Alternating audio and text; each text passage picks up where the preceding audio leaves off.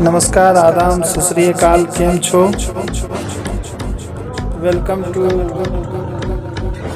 निःशुल्क study point, यहाँ selection एक जिद है।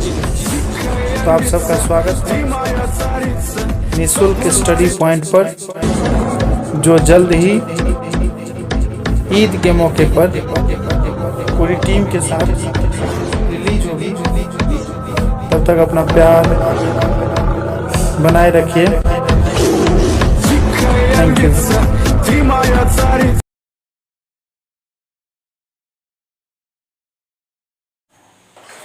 नमस्कार दोस्तों, आज हम लोग डिस्कस करने वाले हैं एनसीईआरटी क्लास 10 का टॉपिक अपरिणता सिद्ध करने के लिए एक्सरसाइज 1.3, जो कि परीक्षा के दृष्टिकोण से बहुत ही महत्वपूर्ण होती है। और हर एक परीक्षा में करने का मतलब जो बिहार बोर्ड एग्जाम कंडक्ट करता है, उसमें तो कम से एक क्वेश्चन इससे रहता है।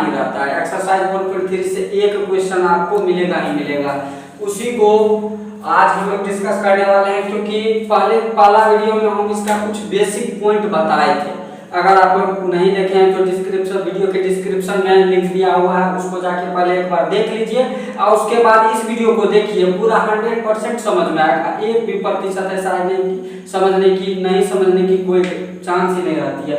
तो आज हम लोग एक्सरसाइज 1.3 जो एनसीईआरटी क्लास 10 का बुक है, उसका पहला क्वेश्चन डिस्कस करने वाले हैं। इसका बेसिक पॉइंट तो पहले ही हो चुका है। जो इसका एक्सरसाइज 1.3 में एक नंबर पे कहता है कि सिद्ध करे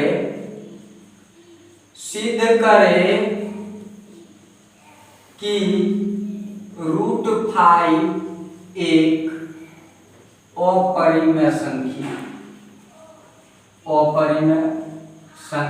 ये प्रूफ करना है कि सिद्ध करे कि √5 एक अपरिमेय संख्या है। इसको प्रूफ करना है। तो प्रूफ करने के लिए हम करेंगे क्या, इसके अपोजिट हम मान लेंगे कि माना कि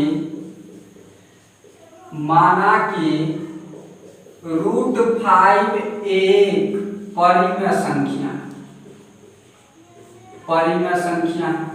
अब परिमेय जब संख्या है तो परिमेय संख्या होने का 4 गो शर्त होता है।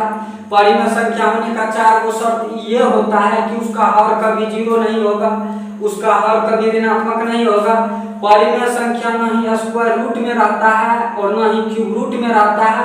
और चौथा, जो कि इसको किसी भी संख्या के अपरिमेयता सिद्ध करने के लिए बहुत ही आवश्यक होता है, चौथा कंडीशन, कि परिमेय संख्या के अंश और हर में का कॉमन फैक्टर 1 होता है। और हम लोग जानते हैं कि दो सहअभाज्य संख्या का HCF भी 1 होता है। तो HCF जब 1 हुआ तो कॉमन फैक्टर जब 1 होगा तभी ना HCF 1 होगा। तो कहने का मतलब चाहे कॉमन फैक्टर 1 लिखिए या दो सहअभाज्य संख्या लिखिए, कोई फर्क नहीं पड़ता है। तो इसलिए हम लिखते हैं कि माना कि √5 एक परिमेय संख्या है, जहां परिमेय संख्या होगा तो जहां Q का मान कभी भी 0 नहीं होगा और P एवं Q में 1 के अलावे कोई कॉमन फैक्टर नहीं है। माना कि √5 एक परिमेय संख्या है, इसके अपोजिट हम मान लेंगे माना कि √5 एक परिमेय संख्या है जहां Q का मान 0 नहीं होगा और P और Q में 1 के अलावे कोई कॉमन फैक्टर नहीं होगा। जब P और Q में 1 के अलावे कोई कॉमन फैक्टर नहीं होगा तो वह सहअभाज्य हो जाएगा। सहअभाज्य में एगो सम होता है, एगो विषम होता है। जैसे 3 4 ले लीजिए, लगातार का दो कंसेक्यूटिव संख्या की लगातार चाहिए। जैसे 4 5 ले रहे हैं तो लगातार लेना पड़ेगा। ऐसा नहीं कि 4 और 8 ले लीजिए और 10 और 15 ले लीजिए और उसको कहिएगा कि ये सहअभाज्य संख्या, ऐसा नहीं होना चाहिए। कंसेक्यूटिव करने का मतलब लगातार तरीका से, लगातार एक सीरीज में कंटिन्यूअस रूप से आपको लेना पड़ेगा। जैसे 2 लिए तो 2 के बाद 3 आता है और ये दोनों का जो पेयर बनेगा तो ये सहअभाज्य हो जाएगा। तो सहअभाज्य होने के लिए मोस्ट इम्पोर्टेंट है कि एगो इवन होगा तो एगो ओड होगा, चाहे कहीं भी सहभाग निकालिए तो एगो इवन एगो ओड मिलवे करेगा। जैसे देखिए 5 और 6 लेते हैं, 5 और 6 सहभाग संख्या है, इसका HCF निकालिए तो 1 हो जाएगा। तो चाहे सहभाग लिखे या कॉमन फैक्टर 1 लिखे कोई फर्क नहीं पड़ता, ये बहुत अच्छा रहता है लिखने में कि परिमेय संख्या और Q का मान 0 नहीं होगा और P एवं Q में 1 के अलावा कोई कॉमन फैक्टर नहीं होगा। जब ये परिमेय संख्या इसको मान लिए हैं तो पिछला वीडियो में हम किए थे कि P और Q बराबर √5 हो जाएगा। अब इसका क्रॉस कर लेंगे, क्रॉस करेंगे ना है कुछ तो नीचे में 1 है, क्रॉस मल्टीप्लिकेशन करेंगे तो देखिए P को 1 से गुना करेंगे तो P हो जाएगा। और देखिए √5 को स्क्वायर रूट 5 और Q को गुना करेंगे तो वर्गमूल 5 का Q हो जाएगा, स्क्वायर रूट 5 Q हो जाएगा। इसको समीकरण 1 मान लेते हैं, समीकरण 1 मानते हैं, जहां तक कोई टेंशन नहीं। अब देखिए पुनः क्या कर लेते हैं कि पुनः हम मान लेंगे कि P बराबर 5m। अब सवाल खड़ा यहाँ पे होगा कि 5m क्यों लिए थे, पिछले वीडियो में आप लोग 2 को सिद्ध किए थे तो 2m लिए थे, तो हम तो बोल दिए थे कि आपको जिसको सिद्ध करना है उतना ही m मानना है। चाहे √7 को सिद्ध करेंगे तो P बराबर 7 है, और √11 को सिद्ध करेंगे तो 11 है, और 13 को सिद्ध करेंगे तो 13 है, जितना रहेगा उतना ही मानना है। तो मानते हैं P बराबर 5m, जहां m क्या है, m एक धनात्मक पूर्णांक है। पुनः मानेंगे P बराबर 5m, जहां m एक धनात्मक पूर्णांक है, और इस P का मान समीकरण 1 में रखेंगे, तब कहेंगे P का मान समीकरण 1 में रखने पर, P का मान समीकरण 1 में रखते हैं तो समीकरण 1 है मेरा P बराबर स्क्वायर रूट 5Q। तो P बराबर स्क्वायर रूट 5Q है, तो P का मान यहाँ पे माने हैं 5m, तो P के जगह पे 5m देंगे, ठीक। उसके बाद स्क्वायर रूट 5Q देंगे। ये अब क्या करेंगे, ये हो गया, P के जगह पे दे दिया आराम से 5m बराबर स्क्वायर रूट 5Q दे दिए। अब दोनों तरफ वर्ग कर देंगे, दोनों तरफ वर्ग करने पर, दोनों तरफ वर्ग कर देंगे, तो दोनों तरफ वर्ग करेंगे तो 5m का वर्ग और स्क्वायर रूट 5Q का वर्ग, दोनों का वर्ग। तो 5 का वर्ग करेंगे तो 25 हो जाएगा, 5 का स्क्वायर 25 और m का स्क्वायर तो m स्क्वायर हो जाएगा बराबर स्क्वायर रूट 5 का स्क्वायर करेंगे, स्क्वायर रूट 5 का स्क्वायर करेंगे तो 5 हो जाएगा। स्क्वायर रूट 5 का स्क्वायर 5 क्यों होता है, तो देखिए स्क्वायर रूट का मतलब होता है 1/2, स्क्वायर रूट का मतलब होता है 1/2, स्क्वायर रूट के अंदर है तो 5, तो कहने का मतलब 5 पे पावर है 1/2, 5 पे पावर है 1/2। इसका जब स्क्वायर करेंगे तो पावर पे पावर गुना होता है, पावर पे पावर गुना होता है। आप घातांकन करने में पढ़े होंगे, 7वें में है, a पे पावर m रहे, अगर जब उसका पावर n हो जाए तो इसको लिख सकते हैं a पे पावर m गुना n। तो पहले से 5 पे पावर 1/2 है, क्योंकि स्क्वायर रूट का मतलब होता है आधा, स्क्वायर रूट का मतलब होता है आधा, जितना उसका मान है तो उतना वो एफर्ट नहीं कर सकता, उससे आधा करेगा। तो स्क्वायर रूट का मतलब होता है 1/2, तो √5 स्क्वायर रूट 5 हो जाएगा, तो 5 पे पावर 1/2 हो जाएगा। और उसका जब स्क्वायर करेंगे तो 5 पे पावर 1/2 उसका स्क्वायर कर देंगे, तो यहाँ पे देखिए a पे पावर m और उस पे पावर n, तो a पे पावर m गुना n, तो उसी तरह से 5 पे पावर 1/2 तो गुना ना हो जाएगा 2, न है कुछ तो नीचा में 1 है, 2 2 कटा 1 से 1 कटा, तो 5 पे पावर 1, तो 5 पे पावर 1 5 न होता है। तो स्क्वायर 5 का स्क्वायर करेंगे तो 5 हो जाएगा, और q का स्क्वायर करेंगे तो q स्क्वायर हो जाएगा। यहाँ तक दिक्कत नहीं। अब देखिए और स्पेस नहीं होने के कारण तो मिटाना पड़ेगा, पॉज करके मान के चलिए कि आप लोग लिख सकते हैं इसको, वीडियो को पॉज करके ऊपर से मिटा देते हैं, पॉज कर लीजिएगा और लिख लीजिएगा। इस सब को समझ ही चुके हम, इस सब की तो कोई आवश्यकता नहीं। तो हम पिछले वीडियो में बोल चुके थे कि जहाँ जहाँ एडिशनल चीज की आवश्यकता होगी एडिशनल चीज हम ऐड करते जाएंगे। जहाँ पे हमको लगेगा कि नहीं यहाँ इसका एक्सप्लेनेशन होना चाहिए तो वहाँ पे हम एक्सप्लेनेशन करते चलेंगे, और जितना इसमें देने का होगा हम उतना अपना 100% देने का प्रयास करेंगे जहाँ तक होगा। तो लास्ट रिजल्ट मेरा ये था कि 25m² is equal to 5q²। अब देखिए लेफ्ट साइड राइट साइड काट सकते हैं, ऊपर वाला को ऊपर वाले से, नीचे वाले को नीचे वाले से, लेफ्ट एंड राइट कैंसिलेशन लो ये कहता है। तो 5 को 25 को 5 से काट सकते हैं, तो 5 5 जा 25। अब देखिए m² हो गया, तो q² बराबर 5m²। अब देखिए ये स्क्वायर इस साइड है, उस साइड अगर यदि लेफ्ट साइड में स्क्वायर रहता है राइट साइड भेजते हैं तो स्क्वायर रूट हो जाता है।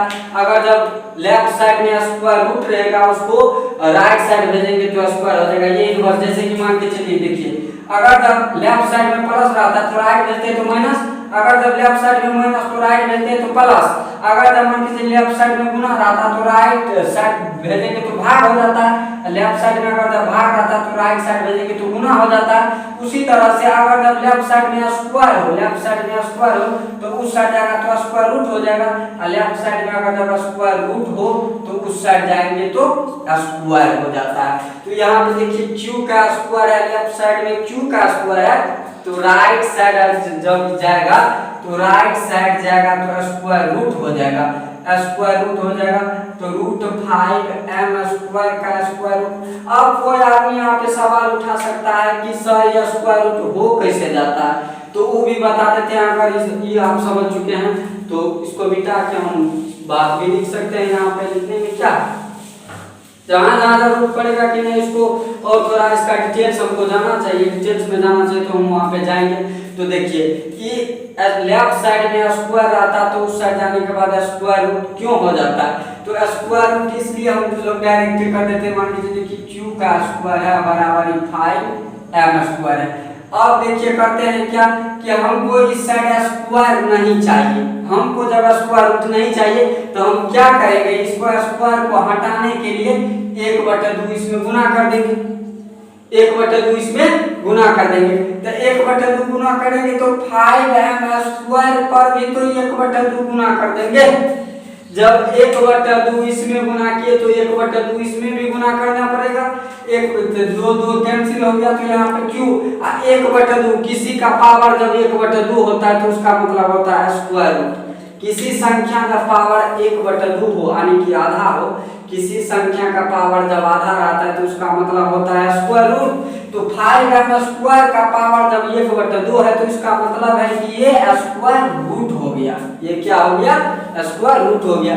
इसीलिए ये तो डायरेक्ट हम लोग करने के लिए कर देते हैं कि स्क्वायर है इस साइड उस साइड भेजेंगे तो स्क्वायर रूट हो जाएगा, तुरंत कर देते हैं इस साइड स्क्वायर है उस साइड जाएंगे तो स्क्वायर रूट। मान के चलिए कि तू सब आदमी समझ में करता नहीं भी समझता तो मान के चलिए कि अपना दिमाग में हर एक आदमी मेंशन करके चलता है कि इस साइड स्क्वायर है उस साइड जाएगा तो स्क्वायर रूट हो जाएगा। चाहे जाने कि कैसे होता है नहीं होता है, जाने या नहीं जाने उससे कोई फर्क नहीं पड़ता है, लेकिन इतना कहता है कि लेफ्ट साइड में अगर जब स्क्वायर है तो राइट साइड जाएगा तो स्क्वायर रूट हो जाएगा। और स्क्वायर रूट कैसे होगा हम आपको यहाँ पे दिखा दिए कि q² था, अगर जब स्क्वायर हटाना था तो 1/2 से गुना कर दिए। अगर जब समीकरण कहता है कि जितना हमारे लेफ्ट साइड में जो काम किए हैं वही अगर जब हमारे राइट साइड में कर दीजिएगा तो हमको कोई एतराज नहीं होगा। तो लेफ्ट साइड में जब 1/2 से गुना किए हैं इसके पावर में तो यहाँ भी 1/2 से गुना कर दिए तो कोई इस पे कोई फर्क नहीं पड़ेगा, तो फट के इतना स्क्वायर रूट में आ गया। अब देखिए तो करते हैं, तो यहाँ पे देखिए √5m², तो 5 का तो स्क्वायर रूट नहीं निकलेगा तो निकलता है, लेकिन निकाल के कोई फायदा होने वाला है नहीं। तो √5 क्योंकि 2.4 इसी तरह से समथिंग आता है तो √5 का तो √5m² का स्क्वायर रूट m हो जाता है। m स्क्वायर का स्क्वायर रूट m क्यों हो जाता है? तो m स्क्वायर का मतलब होता है m गुना m। स्क्वायर रूट का मतलब होता है दो को समान में से एक को आप खींच सकते हैं, दो को समान में से एक को आप खींच सकते हैं। तो m स्क्वायर था तो m गुना m लिख सकते थे, स्क्वायर रूट है इसलिए दो में से एक को लिख देंगे तो m। तो q बराबर स्क्वायर रूट 5m समीकरण 2। अब देखिए समीकरण 1 याद कीजिए, समीकरण 1 बराबर था p बराबर स्क्वायर रूट 5 q था और क्या कहते हैं कि q बराबर हो गया स्क्वायर रूट 5m। और तो समीकरण 1 और 2 से हमें क्या ज्ञात होता है? समीकरण 1 एवं समीकरण 2 से हम पाते हैं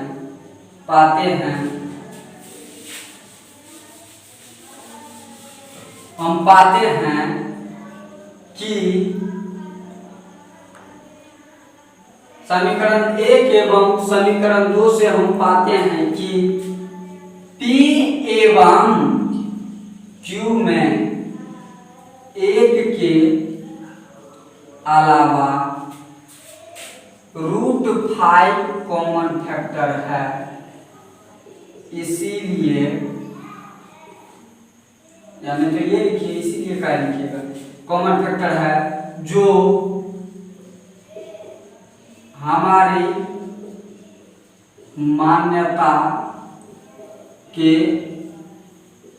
विरुद्ध है। यानी कि हम मानते थे परिमेय संख्या है और q 0 के बराबर नहीं होगा और p और q में 1 के अलावा कोई सात गुणनखंड नहीं है, लेकिन यहाँ पे 1 के अलावा रूट स्क्वायर रूट 5 है, तो कॉमन फैक्टर तो ये हमारे मान्यता के विरुद्ध हो गया। तो इसलिए जो हमारी मान्यता के विरुद्ध है, अतः रूट 5 एक परिमेय संख्या। अभी तक मान के चलिए कि रूट 5 रूट 2 सिद्ध किए, रूट 5 सिद्ध किए, तो जैसा सब करता है उसी तरह से किए, ठीक। और उसके एक्सरसाइज 1.3 में 2 नंबर का जो हिसाब वो देखिए कितना आसानी से कर देते हैं लोग, उसको कितना डिटेल्स में लेके जाता है, हम कितना आसानी से आपको करके देते हैं। इसको पॉज करके उतार लीजिएगा, क्योंकि अगर जब उतना समय दिया जाए तो वीडियो लंबा जाता है, तो लंबा जाने की कोई आवश्यकता नहीं। जब कम में कोई काम निपट सकता है तो उसके लिए अधिक समय देने की तो कोई जरूरत नहीं, तो पॉज कर दीजिएगा, उसके बाद जो नोट आउट कर सकते हैं। अब देखिए एक्सरसाइज 1.3 का 2 नंबर का सवाल करता है, सब आदमी को हो जाएगा, टेंशन फ्री रहिए। कह रहा है कि 3 + 2 root 5 prove that 3 + 2 root 5 is an irrational number.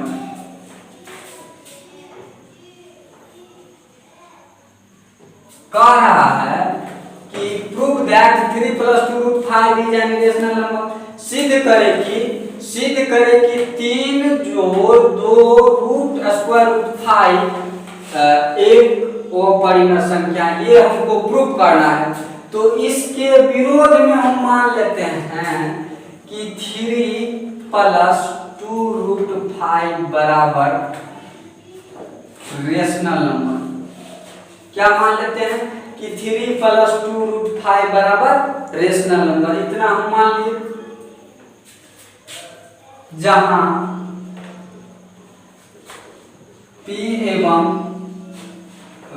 ये लिख दीजिए, जहां q does not equal to 0 एवं नहीं, तो ये लिखने की कोई आवश्यकता नहीं, डायरेक्ट ये मानिए 3 + 2 रूट 5 बराबर रेशनल नंबर। अब देखिए क्या करते हैं कि दोनों तरफ वर्ग कर देते हैं, दोनों तरफ वर्ग करने पर तो 3 + 2 रूट 5 बराबर रेशनल नंबर, दोनों तरफ वर्ग करेंगे तो 3 + 2 रूट 5 का स्क्वायर और r स्क्वायर। हम जानते हैं कि परिमेय संख्या का वर्ग करेंगे तो परिमेय संख्या ही होगा। देखिए 1/2 परिमेय संख्या है, इसका वर्ग कीजिए तो 1/4, 1/4 परिमेय संख्या नहीं है, 2/6 और 2/7 ले लीजिए, क्या जाता है 2/7, इसका वर्ग कर दीजिए, 2 का स्क्वायर 4 और 7 का स्क्वायर 49। ये परिमेय संख्या नहीं है, तो कहने का मतलब परिमेय संख्या का कितना वर्ग कीजिएगा तो वो परिमेय संख्या ही होगा। अब ये वो चीज यहाँ पे एडिशनल आपको मालूम करना पड़ेगा। ये सिद्ध करने के लिए कहा जाता है 3 + 2 √ 5 इज एन रेशनल नंबर, इसको सिद्ध करना है। तो इसके विरोध में हम मान लिए कि माना कि 3 + 2 √ 5 बराबर रेशनल नंबर और दोनों तरफ स्क्वायरिंग बोथ साइड दोनों तरफ वर्ग करने वर्ग को कह सकते हैं कि आप स्क्वायरिंग बोथ साइड। अब देखिए 3 + 2 √ 5 का स्क्वायर और r स्क्वायर, तो r स्क्वायर को तो क्लियर हम कर ही चुके हैं कि परिमेय संख्या का वर्ग r4 रेशनल मतलब परिमेय, r4 रेशनल मतलब परिमेय। तो परिमेय संख्या का वर्ग कीजिए तो परिमेय संख्या ही होगा, क्योंकि 1/2 परिमेय संख्या और उसका वर्ग करेंगे तो 1 का स्क्वायर 1 हो जाएगा, 2 का स्क्वायर 2 हो जाएगा, सॉरी 4 हो जाएगा, तो 1/4 परिमेय संख्या हो जाएगा, तो उसमें तो कोई दिक्कत नहीं। अब यहाँ पे देखिए a + b का होल स्क्वायर बताना पड़ेगा आपको, बस इतना बता देते हैं काम तमाम है, कुछ करने की आवश्यकता नहीं, उतना लिखने की कोई आवश्यकता नहीं। अब वैसे मान के चलिए कि इसका एक्सप्लेनेशन 9th में भी किया हुआ है, मेंशन किया हुआ है केसीसी नाम में। तो a + b का स्क्वायर क्या हो जाएगा, तो a square + 2ab + b square. हमको इतना मालूम रहना चाहिए कि a + b का होल स्क्वायर होता है a square + 2ab + b square होता है। तो देखिए a के जगह पे 3 है और b के जगह पे 2√5 है, a के जगह पे 3 और b के जगह पे 2√5, तो a + b का स्क्वायर नहीं हुआ, a + b का स्क्वायर हुआ तो उसका फार्मूला हम जानते हैं a square + 2ab + b square. तो a स्क्वायर + 2ab + b का स्क्वायर बराबर r का स्क्वायर परिमेय संख्या का वर्ग परिमेय ही होता है, तो उतना ढोने की कोई आवश्यकता नहीं है। तो 3 का स्क्वायर करेंगे तो 9 हो जाएगा, 3 दूना 6 दूना 12√5। देखिए 2 का स्क्वायर करेंगे तो 4 हो जाएगा, √5 का स्क्वायर करेंगे तो 5 हो जाएगा, तो 2 का स्क्वायर 4 और √5 का स्क्वायर 5, तो 4 × 5 = 20 हो जाएगा बराबर r। अब देखिए 20 और 9 को जोड़ेंगे तो 29 हो गया, अब +12√5 बराबर रेशनल नंबर। देखिए यहाँ पे कहेंगे जगह नहीं था इसलिए हम बगल में नहीं लिख रहे हैं, तो आप लोग भी बगल में नहीं लिख दीजिएगा, जगह नहीं था इसलिए हम बगल में लिख रहे हैं। तो 29 बताइए, 29 परिमेय संख्या, 29 एक प्राकृत संख्या भी है, पूर्ण संख्या भी है, पूर्णांक संख्या भी है। तो कहने का मतलब सभी प्राकृत संख्या परिमेय संख्या होती है, सभी पूर्ण संख्या परिमेय संख्या होती है, सभी पूर्णांक संख्या परिमेय संख्या होती है। तो 29 एक प्राकृत संख्या, पूर्ण संख्या और पूर्णांक संख्या है, तो इसलिए 29 परिमेय संख्या होगा। लेकिन सभी परिमेय संख्या ये नहीं होगा, तो 29 परिमेय संख्या बहुत बढ़िया।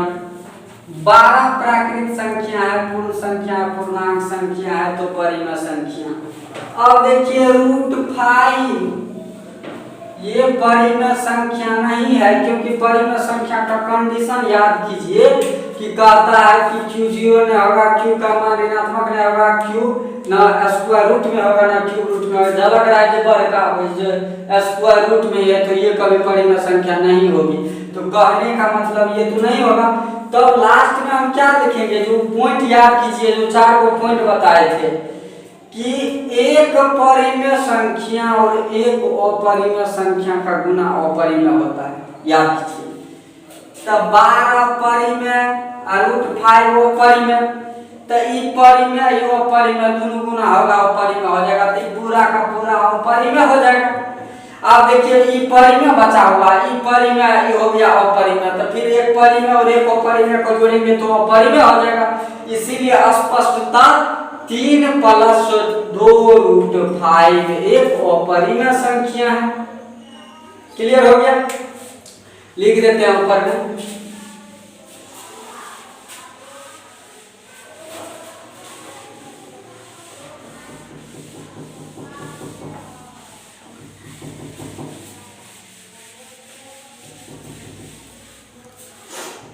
देखिए तो 29 था, लिखो लिखिए कितना था, 29 था, 12 था, हाँ √5 था, इतना ही था, बराबर रेशनल नंबर। तो सब तो कर चुके थे बगल में कि 29 बराबर रेशनल नंबर, 12 बराबर rational number, √5 does not exist to rational number, √5 rational number को एग्जिस्ट नहीं करेगा।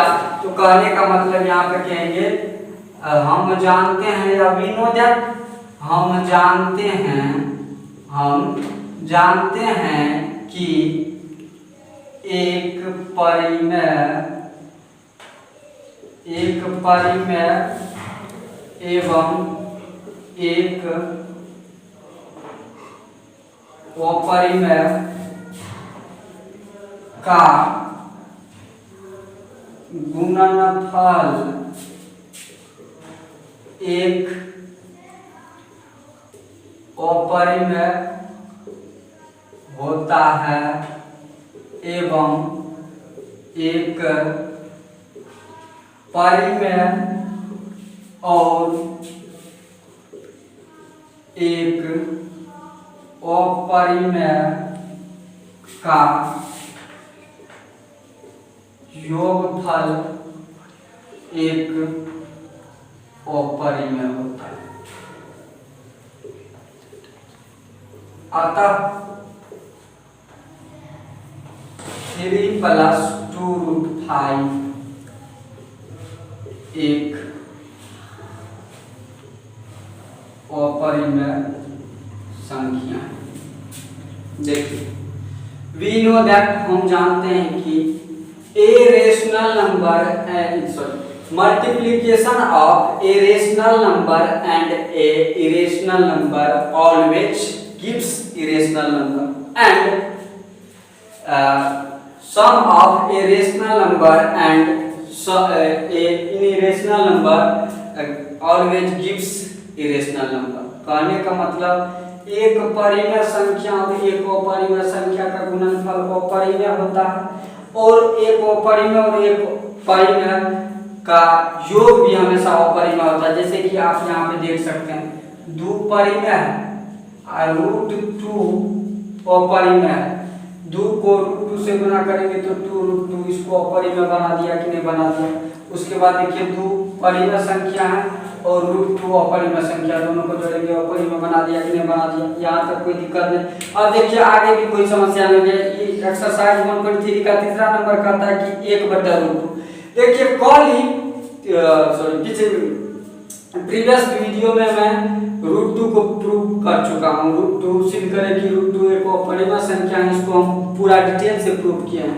तो और ये पॉइंट भी लिखा है कि एक परिमेय संख्या और एक अपरिमेय संख्या का भागफल हमेशा अपरिमेय होता है। तो अब यहाँ पे देखिए ये तो हो ही गया, आपका जोड़ वाला हो गया। अब बचा है, अब सिंगल वाला तो हो ही गया, सिंगल वाला हो गया। जोड़ के साथ जो था वो यहाँ पे कर ही चुके हैं। और उसके बाद आता है एक गुना वाला, जैसे कि 2√2 रहेगा, 3√3 रहेगा। इसी तरह से एगो रहेगा घटो वाला। देखिए घबराना नहीं है, एगो रहेगा भाग वाला, कोई दिक्कत नहीं है। देखिए तीसरा नंबर का सवाल कहता है कि 1/√2। √2 को हम प्रूव कर ही चुके कि √2 एक अपरिमेय संख्या, ठीक। तो